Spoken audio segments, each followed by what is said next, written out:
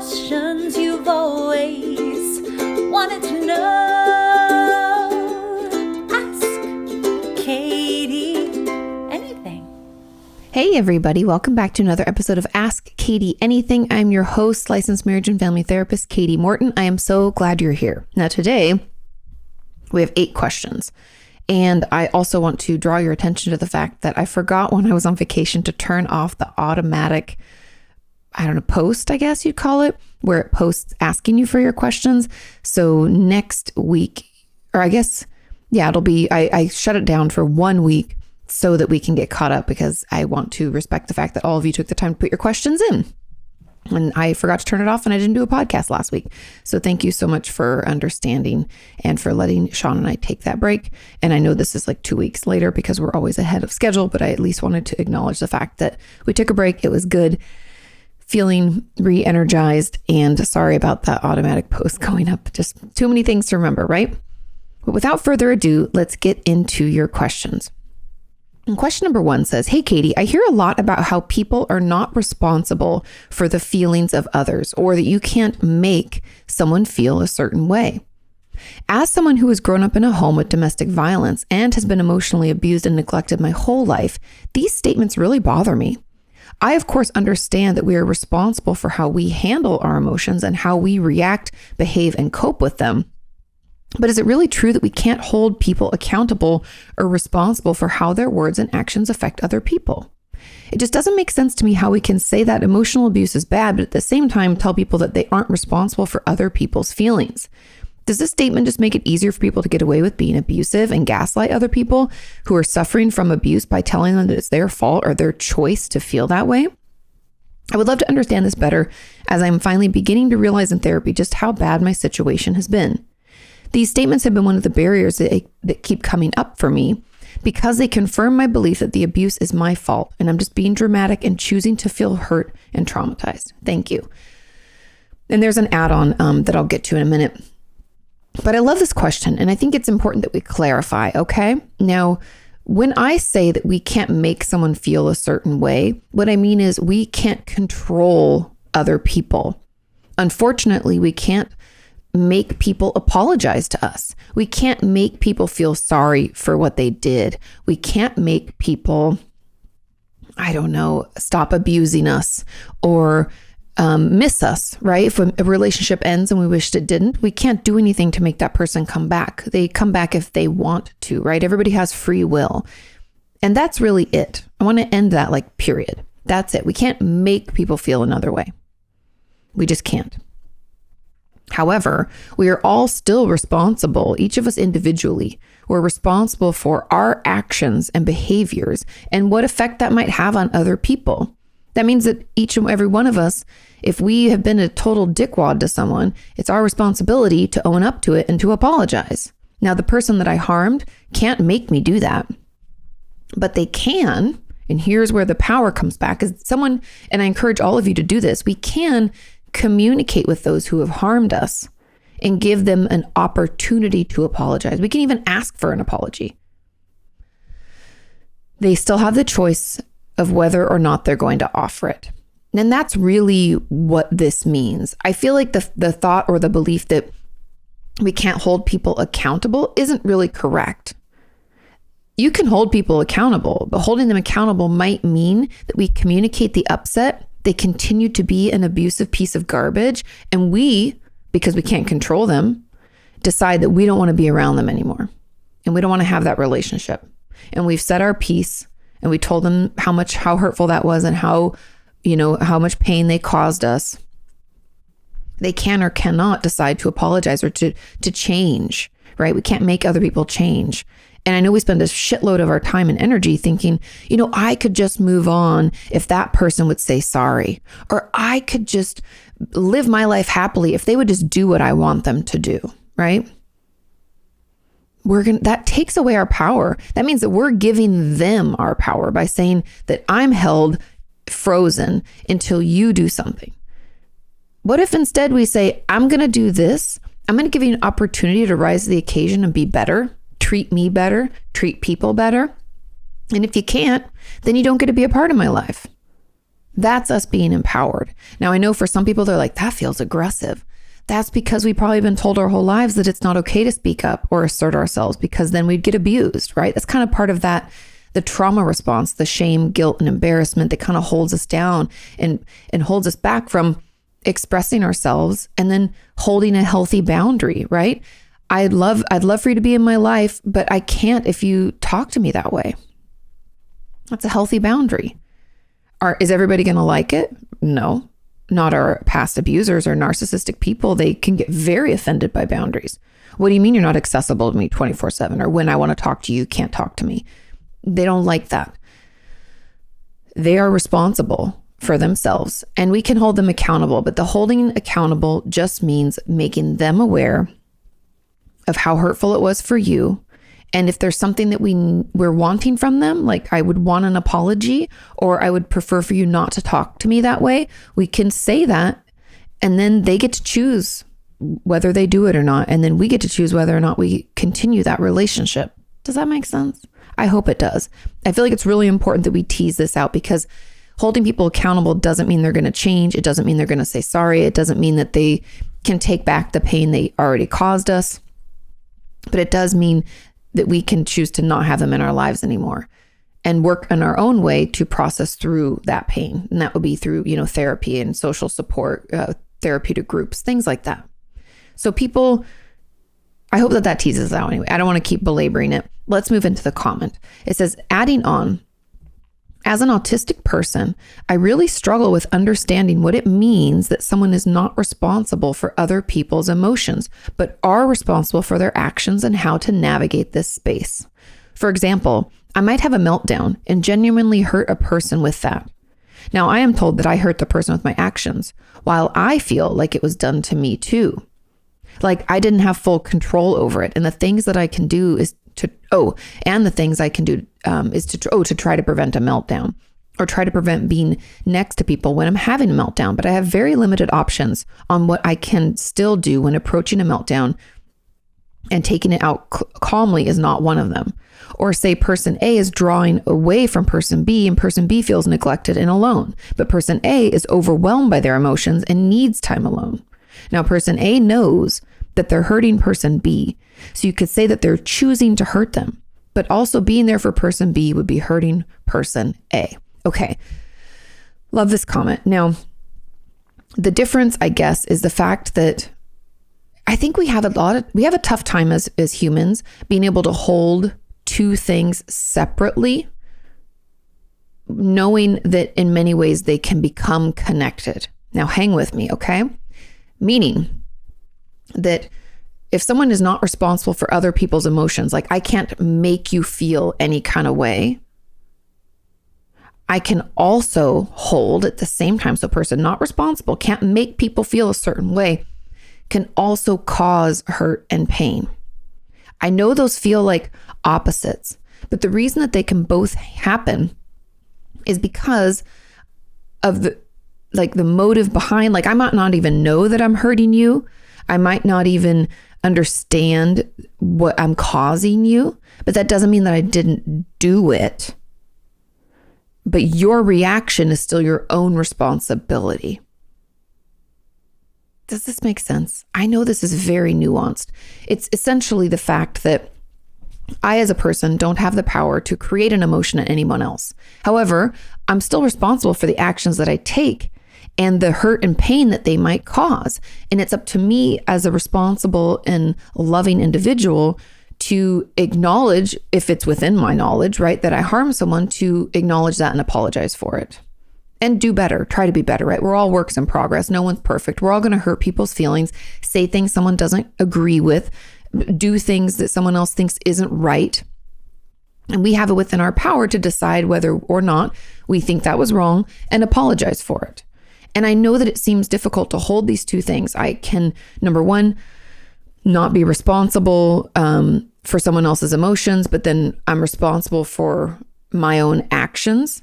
I think the confusion here in this part of the question, and I'm sorry if this is getting confusing for anybody, I'm trying to keep it as clean as possible, is they're saying that as an autistic person, I struggle with understanding what it means that someone is not responsible for other people's emotions, correct, but are responsible for their actions and how to navigate this space. Now, we are not responsible for other people's emotions, but we are responsible for how we interact with the world. And that's just it. We can't change how people feel. We can't make people feel worse or better, but we can control our own actions, our own behaviors, and where we see fit, or maybe someone makes us aware of something we did that was hurtful, then we change our behavior and apologize. I hope that makes sense. Now, when it comes to this example, when they said having a meltdown that genuinely hurts a person, we can, like, for instance, I'll give another example that maybe is a little clearer for some people.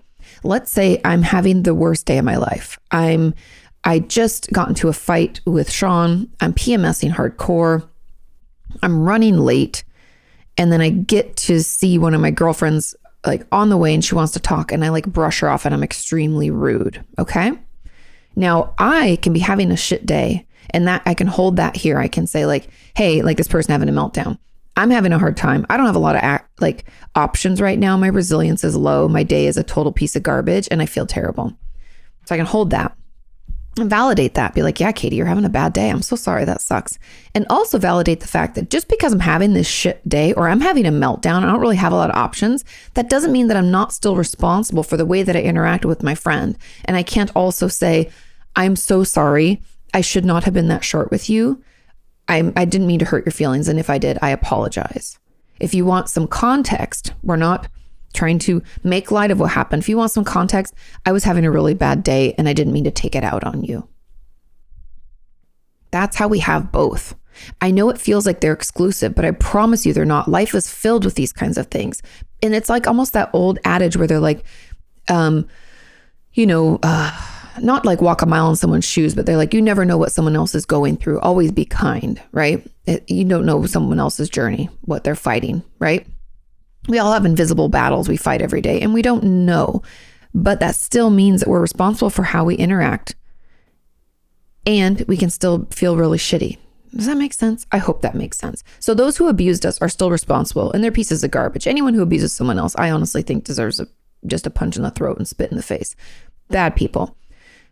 But they might have been abused themselves, and we can still understand. I've talked about this with parents a lot, where I say, like, you can be like, I really love my mom and dad, and they're really important in my life. Also, I really don't like the way that they raised me, and they really did a lot of harm because of the abuse that I know they sustained, right? We can be, it sounds difficult, and can be hard to hold both of those things, but we can.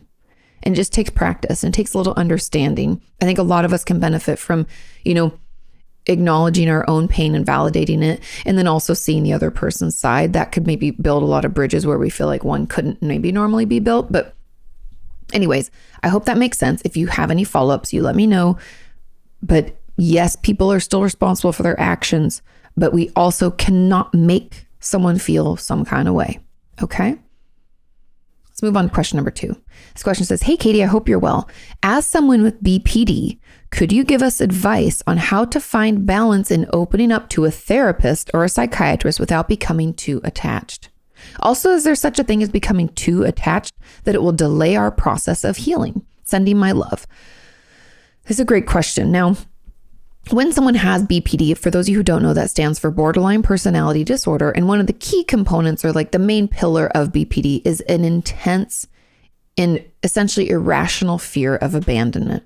Now, irrational doesn't mean that it's not valid and they don't feel it. It just means that it is usually like overreaction to what's happening, or they don't actually have any facts to support it, but that fear is just always right there. So the smallest slight triggers it. Okay. Now, we especially see this come up when it comes to mental health professionals, right? Because they show up for us, they're consistent, they listen, they give us support, they give us the things that maybe we were really needing. And when we have BPD, we can feel this urge to take that relationship and be like, oh, you'll finally fill that void that my mom, my dad, my grandma, my aunt, whoever left in my body, in my emotional state. I'm going to put you in that hole. It's going to feel so good. It'll finally be fulfilled. And we become overly attached. And so when that relationship ends, because as we all know, like a therapist, psychiatrist, those relationships don't last forever. They can last for many years, but the goal is honestly for us not to need therapy, right? And just to pop in and out as we need checkups, just like we do for our physical health. So how do we find that balance? Now, your therapist should assist you with this. And I would honestly encourage anyone with BPD or any attachment issues at all to bring this up with their therapist, psychiatrist, psychologist, whomever you see, bring it up with them.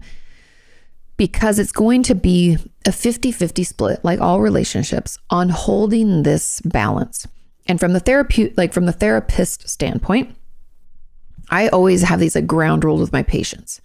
You cannot get in contact with me in between sessions unless it's an emergency or you need to reschedule. Now, if I have a borderline patient who really struggles with reactivity and feels like they're always in crisis, then I say to them, an emergency means that you've done X, Y, or Z. And we put together a safety plan. So there are certain things that my patients have to do before they reach out to me. Those things include a lot of dialectical behavior therapy tools, like impulse logs, backburnering things, using other resources and supports to help guide us through, doing some somatic things and like tapping, just maybe doing a full body shake, things that we can do to kind of soothe our system, calm us down so we're not quite as reactive. Then they wait 30 minutes and then they can give me a call or text me. Now, the thing about it is if we are in an emergency, we have to call 911 or take ourselves to the emergency room. We can call our therapist or text and leave a message or whatever. And we have, I believe, and I don't know if every state or country is different, but in California, I think it's like a reasonable amount of time. So it's usually like within 24 hours, I'll get back to my patients. And that's usually the reasonable amount, unless I'm out of town, in which case then they have to call whoever's, taking care of my patients for me.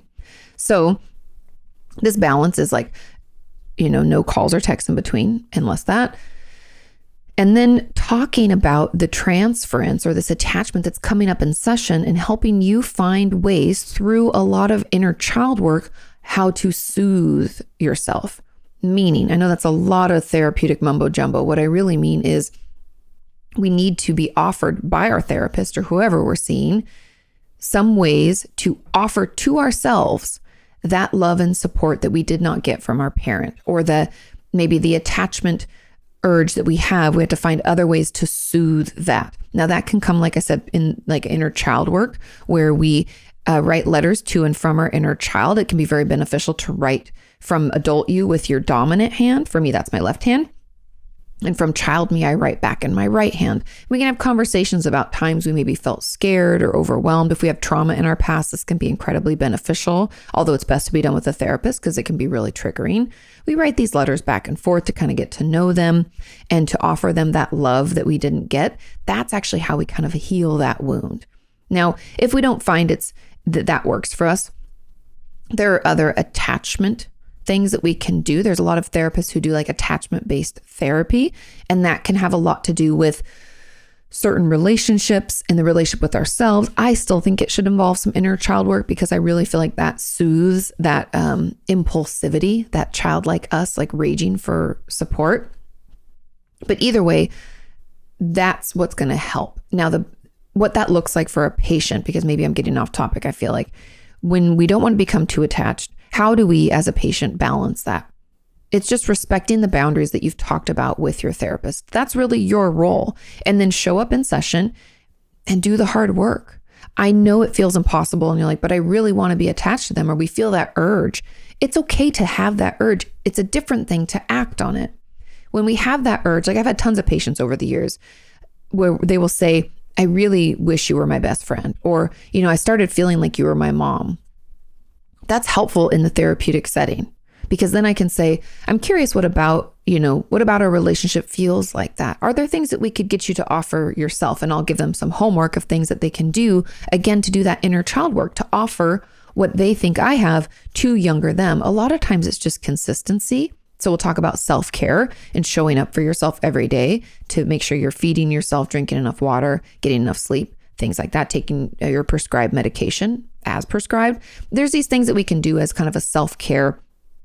Maybe it's like tending to our illness, going to the doctor, putting cleaning up and bandaging a wound, things like that can be very parent-like, and we can offer that to ourselves. And so it's just bringing those things up in therapy and allowing that work to happen. But other than that, the balance is really just you speaking up when those things come to mind, those urges to attach, and respecting your therapist's boundaries and talking with them about it, telling them, hey, as you know, I have BPD. I really need to know what the boundaries are of therapy. And if they say I can get a hold of you, like if they say, oh, you can text me or call me anytime and I'll get back to you, find another therapist, because that's not healthy. We should not, that's going to trigger this attachment, and it essentially is going to make it harder for you. Okay, cool. Now, someone says, as an add-on, can you also talk about the balance between asking for and accepting your therapist's support when struggling and not becoming too dependent on outside support? I think there's a time and a place for dependence upon outside support. Like just comparing it to physical health. No one would be mad at you for saying like, oh, I need to see my doctor to get treatment for my cancer, right? I have to go every week or every so many days. I have to go get my infusions. No one would say shit about it, right? It's no different for our mental health. Again, boundaries are important and healthy, and we should talk to our therapist about it. However, accepting support when we need it is just part of the process. And sometimes that's going to mean that we need to go twice a week, or maybe we need to go inpatient and stay at a place all day or live there and stay the night, depending on our level of need at the time. Just like we might have to stay in the hospital if we're really, really sick, or we might just need to go see our doctor every week for our infusions or whatever. Do you see what I'm saying? There's nothing wrong with needing outside support for a while and like looking forward to it.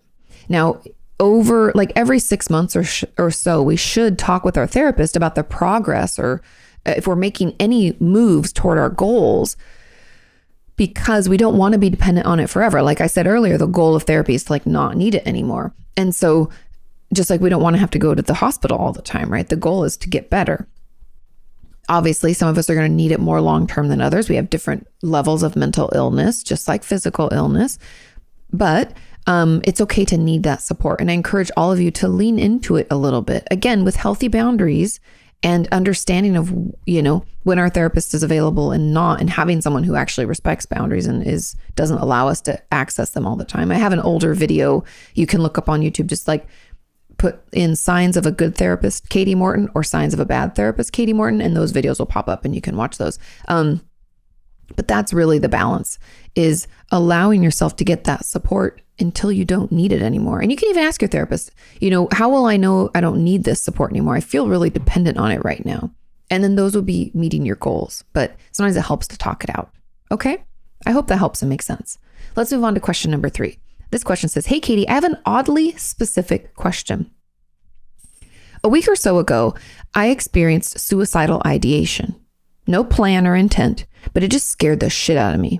Now I can't stop thinking about it, and I spend most days constantly thinking, what if it happens again? What if next time it's so bad that I actually make an attempt? I truly don't think that will happen, but the anxiety about it in and of itself is making me depressed. I'm not experiencing suicidal ideation, but rather crippling anxiety about experiencing it again. What is this all about? And do you have any suggestions on how to cope with it? Thank you. I'm so grateful for your podcast and this community. Of course, I'm glad that you're a part of it. I'm grateful for you. So, great question. We're going to have to figure out where this came from, because suicidal ideations are interesting. They can happen for a lot of reasons. We can have them. It sounds like yours might have been stress or anxiety related. I don't know for sure, but the fact that you're having anxiety about it coming up again, it makes me suspicious. When it comes to any suicidal thoughts, I think a common misconception is that it's always linked to depression. And that's not always true. In this case, it sounds like it might be. They said it's making them depressed. So it could be, but sometimes we can have suicidal thoughts for all sorts of different reasons. Suicidality can exist on its own. And I'm just curious what led up to this, because the more we understand, instead of what our brain wants to do, what this knee-jerk reaction of your brain wants to do is it wants to be like, la, la, la, this never happened. I don't want it to happen again. I don't want to have suicidal ideation again. I'm so afraid it's going to happen again. La, la, la, la, la, la, right? Instead of doing that, we actually need to be more curious about it. I want you to consider where it came from, what the trigger was, what led up to it. Can we think back like a week or two in the past? What was happening? What was our stress or anxiety level? And then once we know more about it, then we can work to better manage it. Meaning, okay, these are the things that I was experiencing and things I went through that triggered it. So let's say it's anxiety based. Okay, then I need to tell my therapist that I need to work on my anxiety. And I actually have an anxiety workbook available on my website too. If you're not currently in therapy, it can be a nice assistant to get you going. Maybe I can start recognizing my anxious thoughts. Maybe I can start doing full body shakes when I feel it build up. Maybe I can lower my caffeine intake, or, there's all sorts of things that we can do to help ourselves feel better. And I really just want to encourage you to be curious. Don't try to stuff it down or pretend it doesn't exist. Be curious about this and why it popped up so that we can do something to better manage it. Okay? And you're not alone. A lot of people have this happen. And the worry and the stress that it will happen again, it honestly isn't very helpful. Like, we all know the worrying about it can make it worse, and it can actually make it happen again. And so we want to be curious and then learn to manage whatever the cause is. So just be curious, not judgmental about it. And that will give you more information on what your next steps are. And once you figure out if it's attached to your depression, your anxiety, your stress level, maybe burnout, maybe, whatever it could be, I have videos about all of those topics. You can check that out for specifics for the issue that you find affecting you most. Now, there was a comment on this as an add-on. How can you be there for someone like a friend or a family member who expresses these ideations? How do you support them with an appropriate response without making them shut down and maintain the trust in a relationship? If a family member had an evaluation by a professional who deemed them safe to go home and stated that they don't feel the person will act out, how do you handle that after? When you're back home in the days and weeks after? I appreciate when a friend or family member trusts me enough to confide in me during that time, but I just don't want to make things worse. I think I speak for everyone when I say the best thing we can do is check in and just be there. I honestly do not expect, nor do I think it's the best thing. I don't really recommend that we try to help or fix it. We're not the professionals, right? If it's our friend or family member and they're just saying, or we know that they had suicidal thoughts, or maybe there was an attempt, we're not the ones to make it better. We don't have to have answers. We're not supposed to fix it. That's what mental health professionals working with clients, that's what we're supposed to do, right? That's what we do. Leave that to the professionals. Your role as a friend or family member is to truly check in on them in loving ways. This doesn't mean, hey, how are your suicidal thoughts doing? Depends on your relationship. But for some people, that might be a little too much, too fast. So instead, we can just say, hey, how are you doing today? I was thinking of picking up, food or a coffee or something. I was going to come over. Can I come over? And just being there. Want to watch a movie? Want to play a video game? Want to go for a walk? You don't have to have these deep, intensive conversations about what they're going through or offer to fix it. We just need to be there. And that consistent checking up and checking in is going to be really important. And then on the flip side, if this is affecting you, you need to get your own help. You need to see your own therapist. This can be very stressful to have someone that we love, in such a dark place. And so it's important that we get support too. Okay, there was another thing. It says, and adding on to this, what should I do if this only happens in specific circumstances? I have no thoughts of suicide normally, but the minute my parents leave for a trip, I feel overwhelmed with the fear that I might experience them, the suicidal thoughts, when they're gone, and it sends me spiraling so much that then I do experience these thoughts. It's like a self-fulfilling prophecy. I don't want to tell my parents I feel this way because I don't want to ruin their holiday or make them feel like they can't ever leave me alone. And it's also a bit silly needing them so much when I'm 22. I feel like I should be able to cope without them. We need you to get your own therapist. What sounds like it's happening here is some attachment stuff. I mean, if you were younger, and I don't know if there's an age limit. I haven't had a patient in a while with reactive attachment disorder. This sounds a little bit like reactive attachment disorder to me. And so that's what we would need to see somebody so we can work on it. And it's a condition where a child, I had a feeling, reactive attachment happens a lot of times with children. I don't know if it can be diagnosed in adults. It doesn't look like it can, but I think that we're having some attachment response. And that can happen for a lot of reasons. Number one, abuse in our past. Now, I'm not assuming that with you. I'm just giving people kind of a rundown. A lot of times when we experience childhood abuse, neglect, sexual, physical abuse, any of those things. We can struggle with reactive attachment. We can also, if we had like bullying, had a trauma that way, if our parents if we have no boundaries, if our parents are very enmeshed, or maybe we have addiction in our family, so we're kind of codependent where their emotions are our emotions, and we kind of like work together. Their addiction is the addiction. Our addiction is making sure they can live their life. Does that make sense? And enmeshment means like, I don't have any boundaries. Their emotions are my emotions. If we have any of those kinds of things going on in our family of origin, it can be difficult to have healthy boundaries. And then wanting to go on a trip can be very triggering and overwhelming. This can come up for a lot of reasons, but I would get into therapy and figure out what is happening for you. It sounds a little anxiety based for me, hence why I was like kind of reactive attachment, but I don't know why. And it could be, based out of generalized anxiety disorder or panic disorder. We can have suicidal thoughts due to panic attacks. I don't think enough people talk about that, but they're very closely related. Wow, I really stumbled over that one. And I think it's because our nervous system gets overwhelmed and we go into kind of like our stress response, our fight, flight, freeze, or fawn. And that can cause a lot of things to happen because it pulls our prefrontal cortex offline, which is like the part of our brain that is involved in organized thought, planning, kind of the adult, right? It helps with our impulsivity.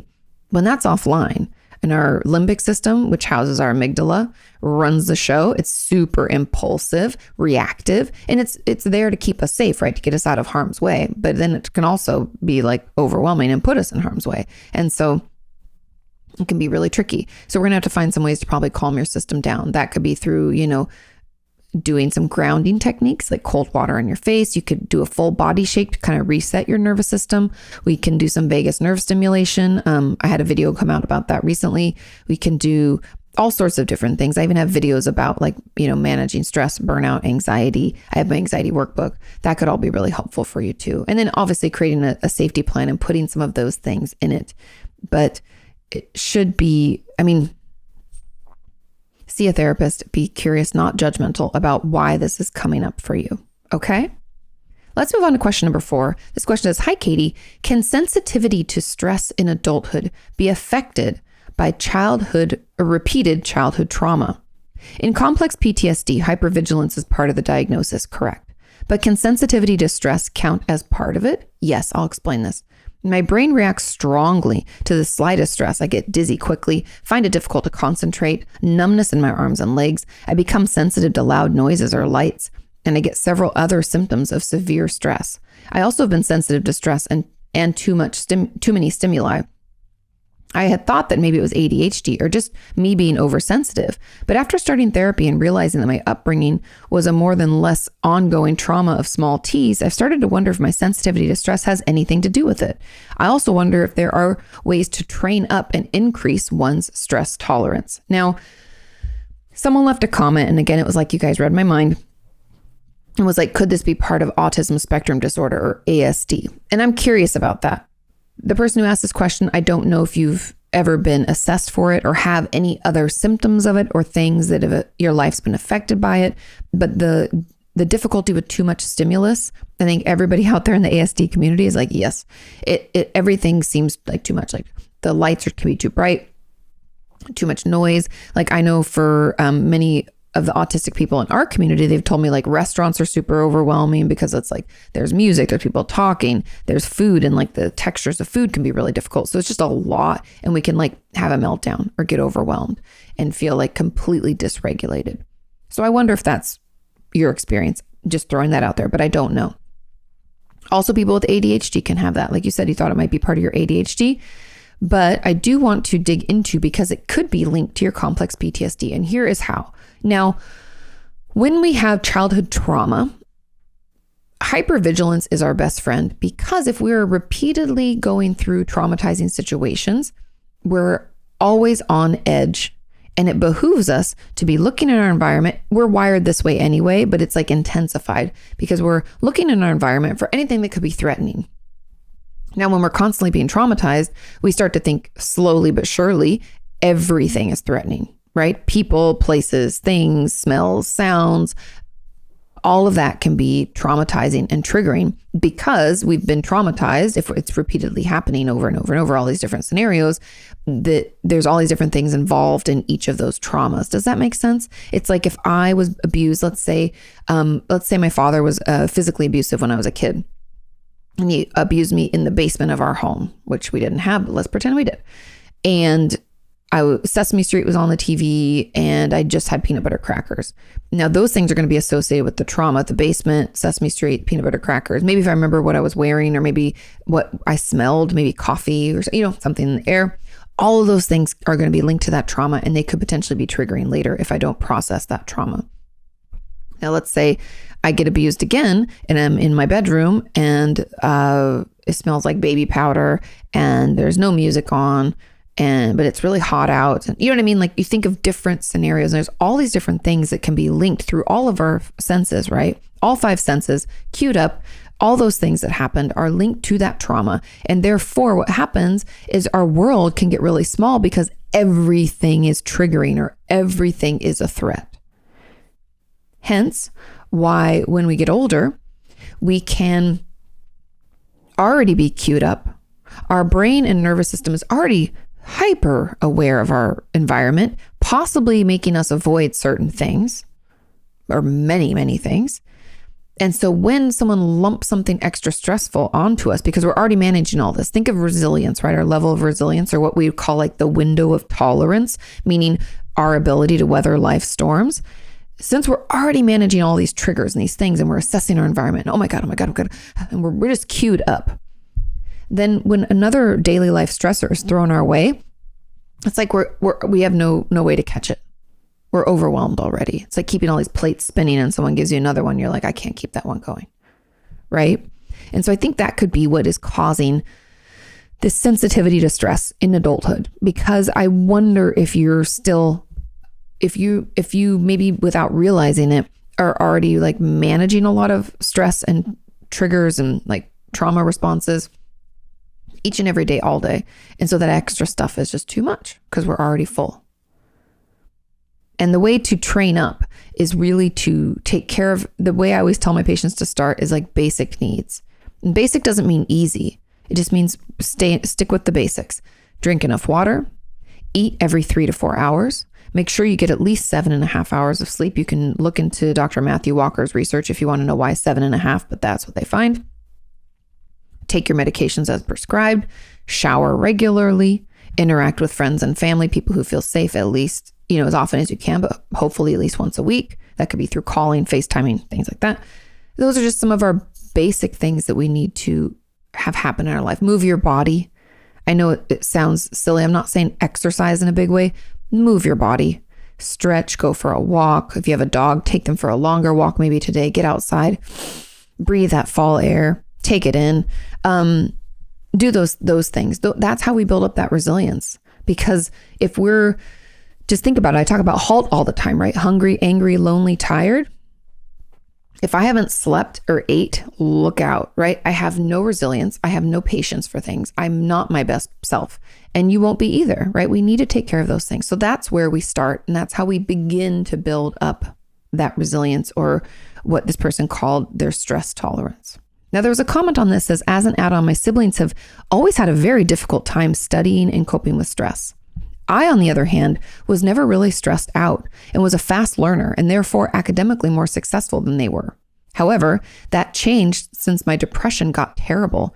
But although I'm now fully recovered from anxiety, depression, and an eating disorder, I am terrible at remembering things, and even keeping attention. My grades dropped a lot, although I'm supposed to feel better, but I rather feel stressed out. What can I do? I'm curious what's happening, because it sounds to me, I have a couple questions for this person. Could be brain fog, which could be if you had COVID. A lot of people have brain fog as a lasting side effect, unfortunately.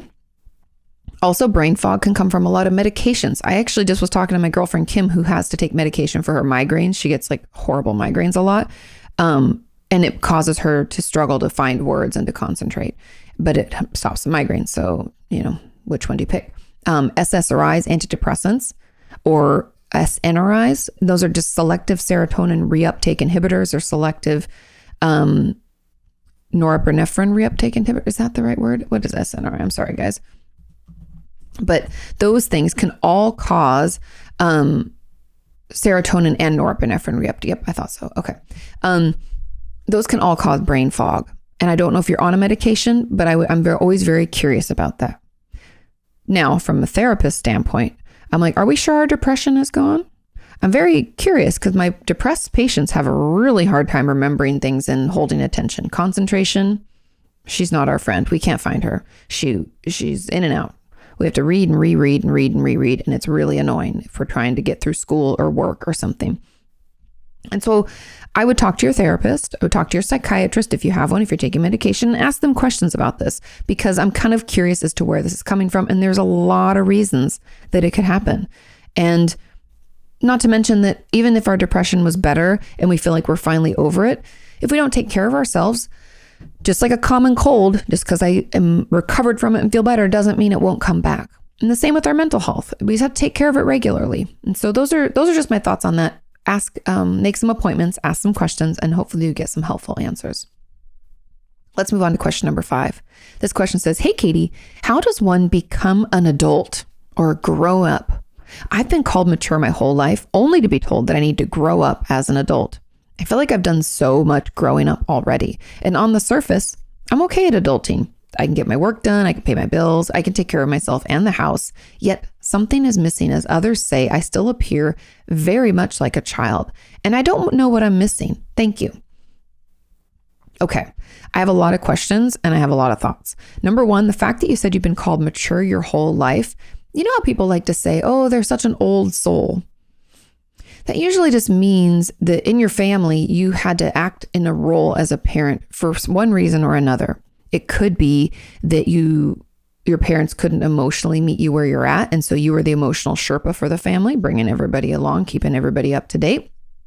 That could be why.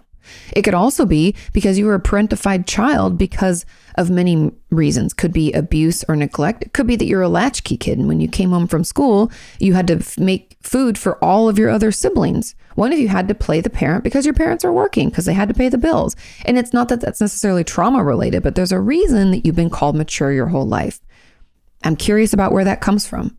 Those are just some of my basic thoughts about where that could come from. And being a parentified child isn't healthy because, and here's what I think is happening now, when we don't get a childhood, like let's say I even have a person in our family, like very distant, who got pregnant at like 16 and then at about 35 or 40 had like a complete meltdown and left her husband and started a whole new life and wanted to like party it up because she never got to be a kid. That's a very extreme example of what we might be doing because we've always been quote unquote mature or so adult for our age. We never got to be a kid.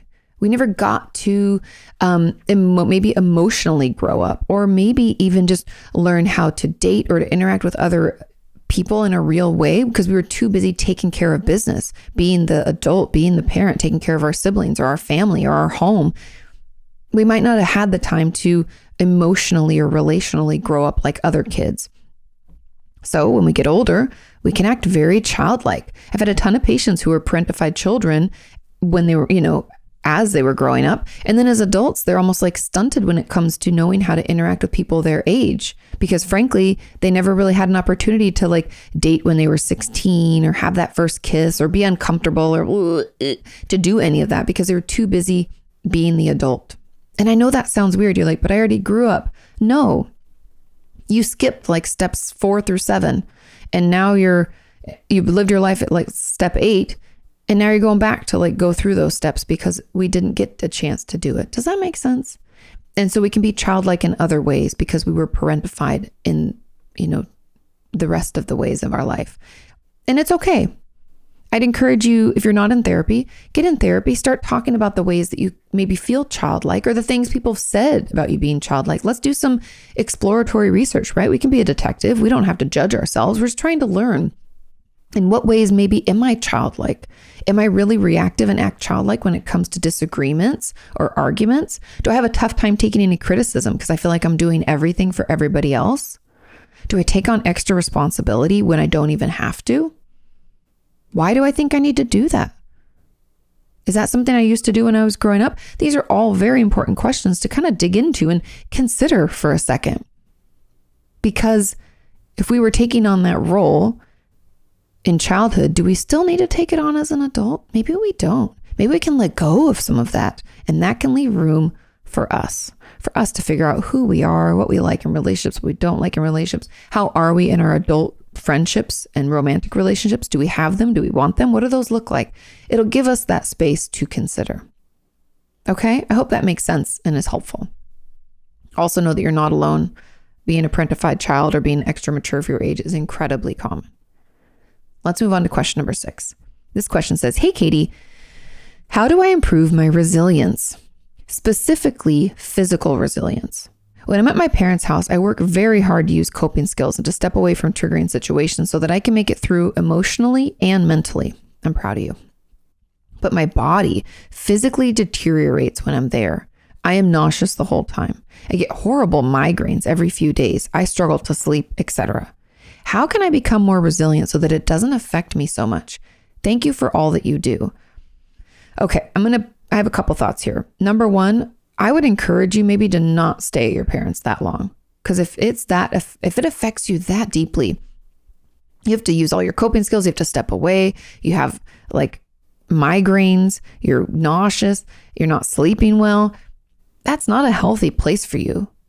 And I know you probably still want a relationship with your parents, and that's okay. But maybe healthy boundaries, I know, very difficult. Maybe when you go, you stay at a hotel, or you stay at like your sister's house or brother's house or friend's house, somewhere different so that you get a break. Are your parents going to be upset? Maybe. Can we communicate as clearly as possible that we just like to have our own space a little bit? Yes. Are we responsible for how they feel? No, but we can communicate and we can do what's best for us.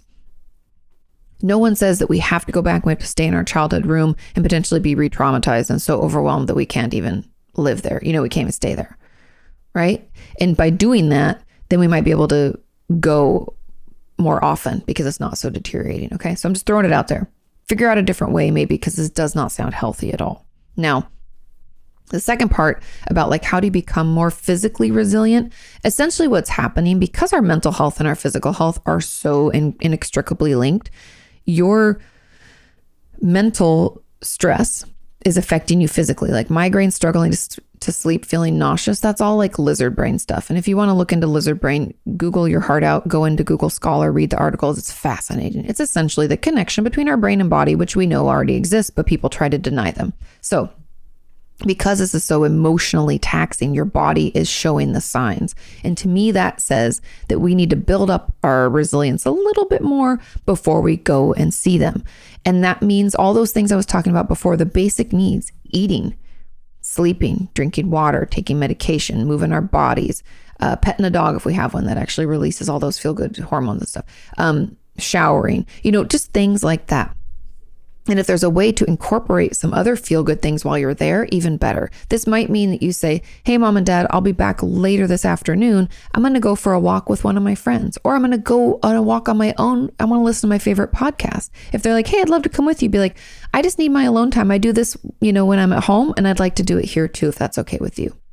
I know you're like, boundaries, we don't know them, but I'm here to tell you that they're important to place because it will hopefully help you build, again, that window of tolerance. We have to do things, like you said, stepping away. That's like you building in time for you to be either staying somewhere different to like fully step away in that way, or making chunks of time within your stay where you get to be by yourself or with someone who's loving and supportive. Because my hypothesis is that your parents are not maybe loving and supportive, or they weren't at some point, and therefore you're just walking into one big trigger after another, and that's exhausting.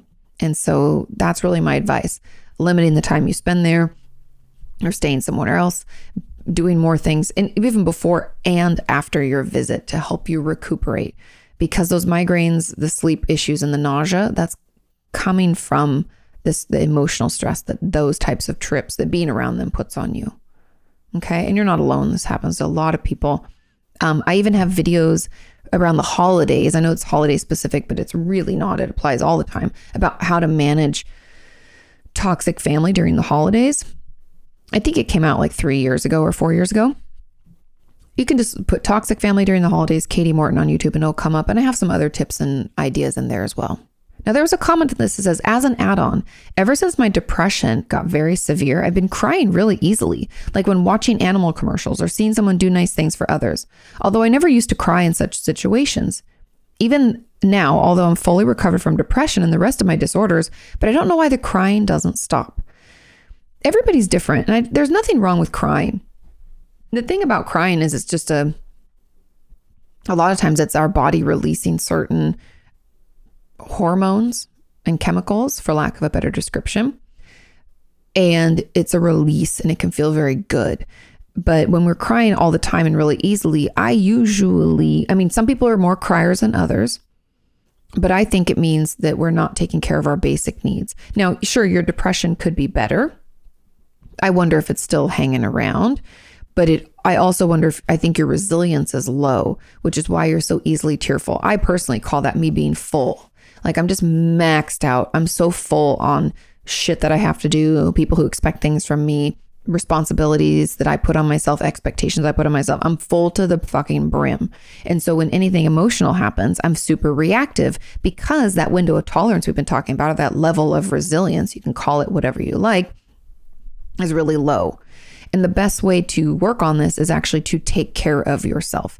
And those are things, like I said, those basic needs, the water, food, sleep, moving your body, doing all the things, taking your medication as prescribed, doing those things, getting connection with people who you love, who love you back.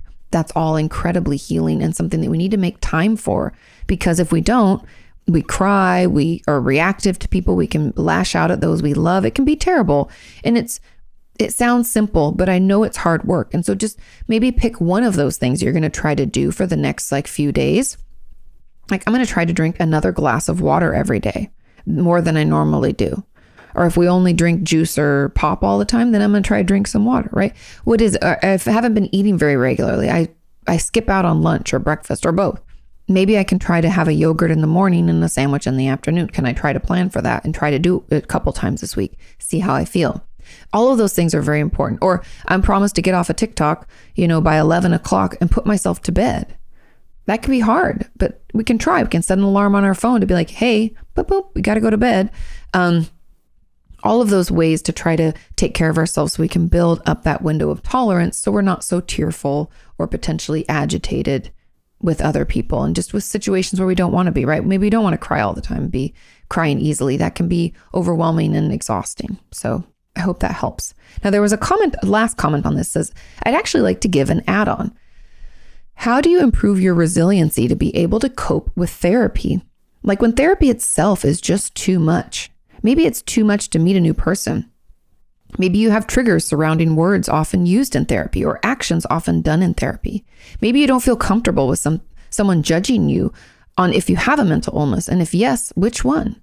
Like what if going to therapy just makes you really sick? Like a lot of the time, go to therapy is the answer. But what if your lack of resilience to cope with the things that you're confronted with in therapy or that are expected of you in therapy? That's a great question. And the truth is, if you're feeling this way, my best advice for you is to tell your therapist about it. Like all the things you said, like if therapy itself is too much or it's too triggering, as a therapist, I usually give more time, I slow our build into tough topics, and I give you time to decompress at the end of session. And that might mean there's only 10 minutes of real intense work, but that might be all we can handle at the moment. And that's okay.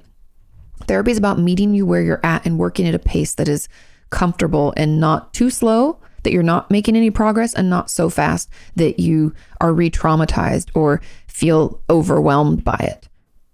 So it's finding that middle, and that's really the art of being a therapist. And so you want to find someone who gets it and works with you. And if they don't, you don't have to see them again. That's it, period. You don't have to make another appointment if they're bad at their jobs, okay?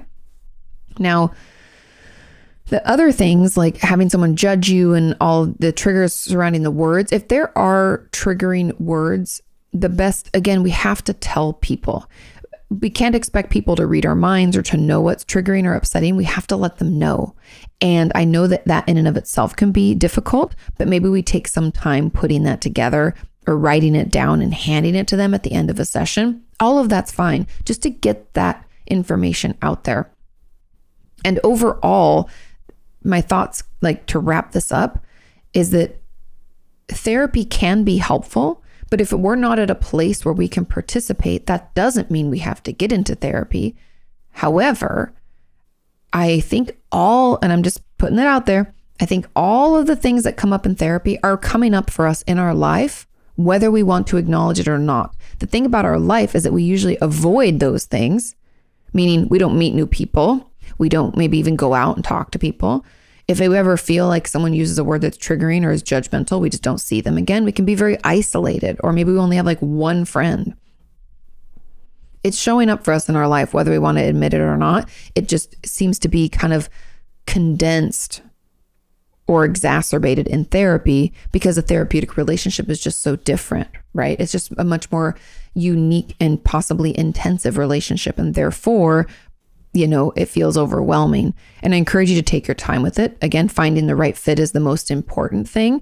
And then communication, letting them know about your triggers and your upsets and things that you're worried about. And using that therapeutic relationship to practice and work on this stuff. Because yes, we're going to need to take care of ourselves in that basic resilience, but all of these things that you're talking about, like therapy itself being too much, like meeting a new person, someone using triggering words, feeling like someone's judging you.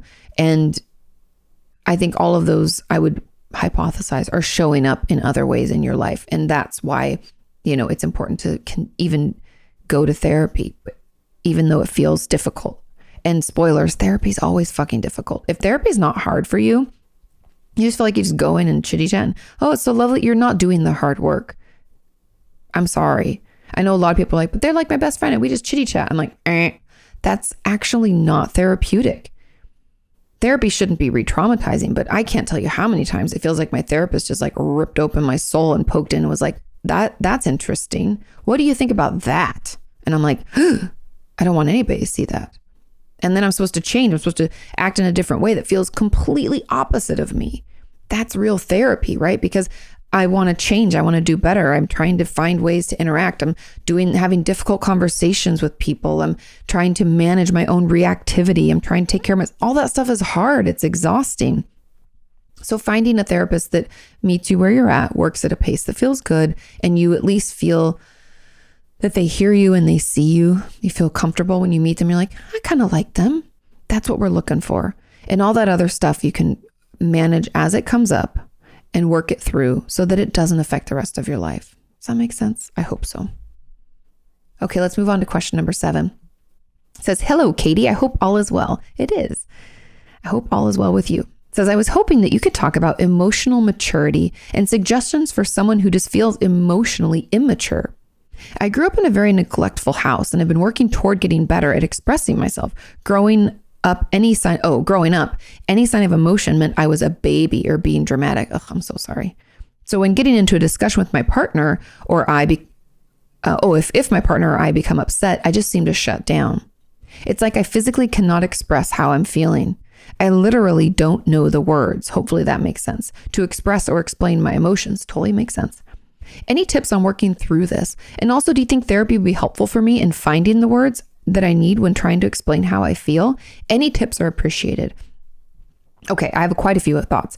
First of all, yes, therapy can really help you find the words. In my book, Are You Okay? I talk about how that's one of the huge benefits of therapy is just finding language to put to what we're going through. I don't know what it is about having words like, oh, I'm not crazy. I just have panic attacks. Oh, like sometimes that can be incredibly validating and empowering because now that I know what it is, I can do something about it, right? It's like comparing it again to our physical health. If all of a sudden you're like, oh my God, I have strep throat. That's why I'm struggling to swallow my own spit. And now that I know that, I can take this medication and I can fight that infection. But before I didn't know what it was, I was just like, oh my God, I'm dying, right? And we do that with our mental health the same way. We're like, oh my God, I think I'm going to pass out. And I also feel like my heart's going to beat out of my chest and I might die at the same time. Oh my God, that's a panic attack. Okay, now that I know that that's what it is, I can find a therapist who specializes in anxiety and I can work to manage it. Or I can see a psychiatrist and get some medication to help me bring that down. So empowering, so helpful. And that works with feeling words as well. So when we work with a therapist, they're going to help us come to it. And I don't know if I want to say like an agreement, 'cause it's not really an agreement, but it's like work with them to put language to what you're experiencing. And they'll probably want you to do a lot of the work, because we don't want to put any words into your mouth. Like, oh, are you feeling this, that, or the other? I might want you to look at the feelings wheel or one of those feelings charts and be like, which one kind of resonates? Sounds like we're more in this like angry, chunk or hurt area. Do you agree or disagree? And having you try to figure it out slowly but surely. And so, yes, it can be incredibly helpful that way. But on your own, you can just go to the feelingswheel.com or just Google on YouTube feelings wheel or feelings chart. Print some of those out. If your partner is open to this, when you're struggling and you like shut down, can you say something to the effect of, I don't know if you can, but we'll build up to have this space where you say, I just need a couple minutes to recoup. Can we continue talking in a few minutes? Just step away, go in the bathroom for a second, pull out your feelings chart on your phone or the printed version and look at it. Are there any words that stick out to you? Could we tell our partner, hey, I'm feeling blah, blah, blah, this, that, and the other. I'm feeling exhausted. I'm feeling misunderstood. I'm feeling angry. That could be helpful too. But if you're not able to do it in the moment, it's completely fine after the fact to, even if we do shut down, let your partner know that you're working on this and that it's hard. But after the fact, we can look at it. We can pull out that feelings wheel or feelings chart, and we can say, I think what I was experiencing was this. Even if it's just one thing, that's more than zero, right? And that's moving in the right direction. And we'll try to build on that. Next time we have a disagreement or we struggle, we find ourselves wanting to shut down, and at work, at school, in our relationships, whatever's happening, we go in and we try to find that feeling, or maybe two feelings, right? We just try to build, because it does take time. If we grew up in an environment where it wasn't okay to express emotions, all emotions were just not okay. Like you said, you were told you were too sensitive, you're being a baby, being dramatic, right? All of that told us that any emotion we have wasn't okay. So we just stuffed it down and suppressed it and pretended it wasn't there. But they were there. And now we don't know how to deal with them because nobody helped us. They told us to shut it down. And so you shut down. But now you're like, I don't want to shut down. I want to express them. And so we have to learn. In that process, think of like little children. So show yourself a little compassion. Think of a little child when they throw a tantrum, right? They're stomping their feet. They may be hitting their fists. Maybe they're even trying to hit you. And you're like, we don't hit. Remember, we don't hit. How many parents have to tell their kids, we don't hit, or we don't bite, or we don't do those things, right? Are you feeling frustrated? Parents give children words. We try to teach them. It seems like you're frustrated. Are you frustrated because, and we start to try to guess. Are you frustrated because you can't go to the park and you thought you would? I know I'm frustrated too because it's raining and that was our plan for today. I don't know what we're going to do either. Here are some other options. Now, I know that seems very childlike and you're like, Katie, but I'm not a kid. Like, how are you going to? You can do that to adult you. Adult you can say to adult you, hey, in your head, right? Have a little conversation with yourself. You seem really angry, but I don't really think it's anger. What else is going on? We're just being a detective. We're being curious, right? Sometimes I say to myself, wow, Katie, you're like extra pissed at that person. That doesn't really make any sense. So what else is going on? I think you're just feeling overwhelmed. And they were upsetting to you because they said this word, or they acted in this way, or they were rude to someone you love, or whatever, right? You try to tease it out. What's really going on? And try to guess the word, just like a parent would do with a child. I encourage you to do that with yourself, because we have to go back to that kind of learning and work our way out of it, because we never had that opportunity as a kid.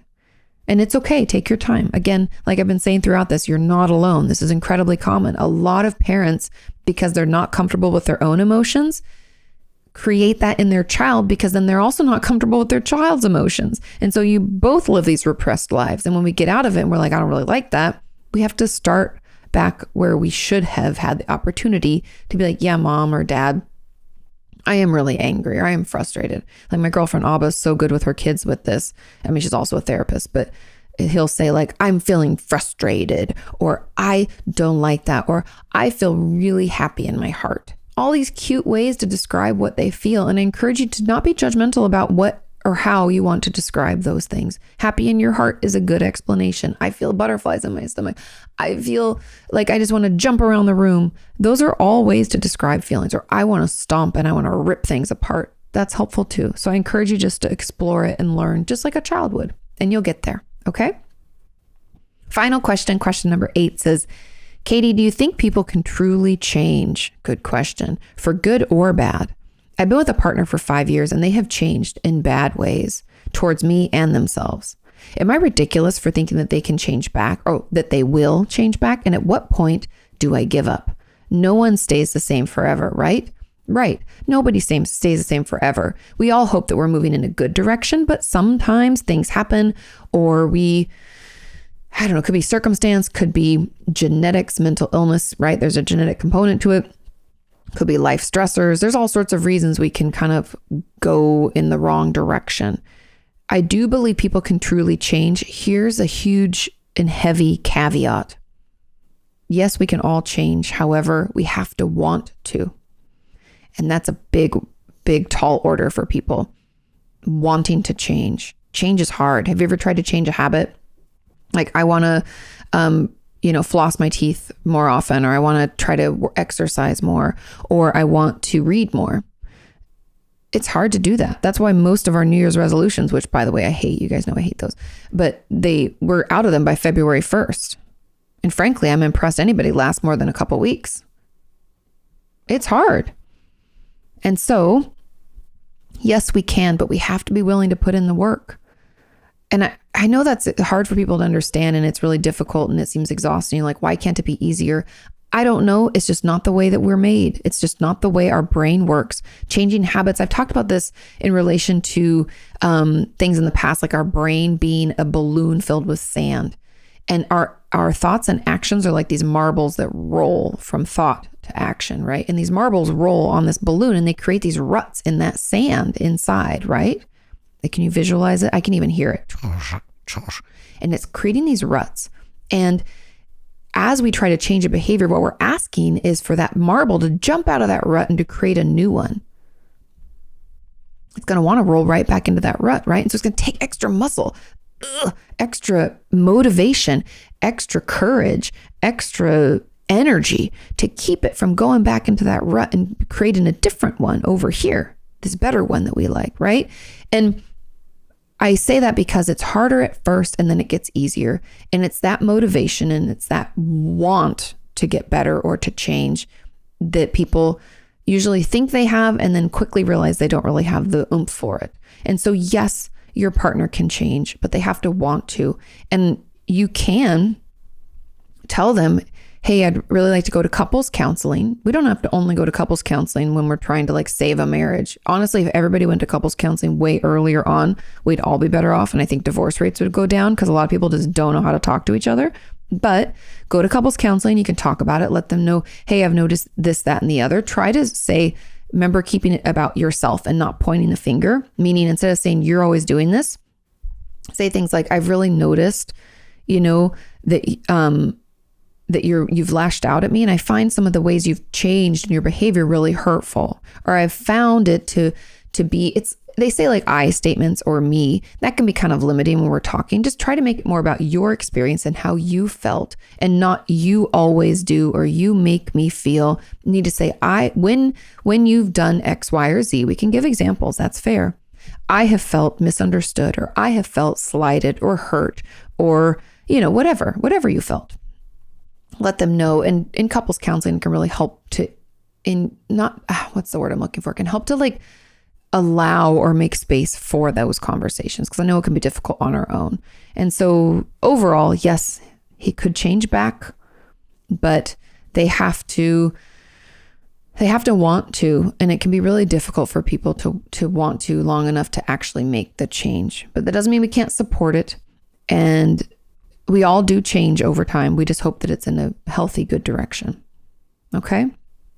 Thank you all so much for your questions. I hope those answers were helpful. I hope that they maybe just gave you a little insight into something you could do to better yourself or your relationships, because we're all works in progress, right?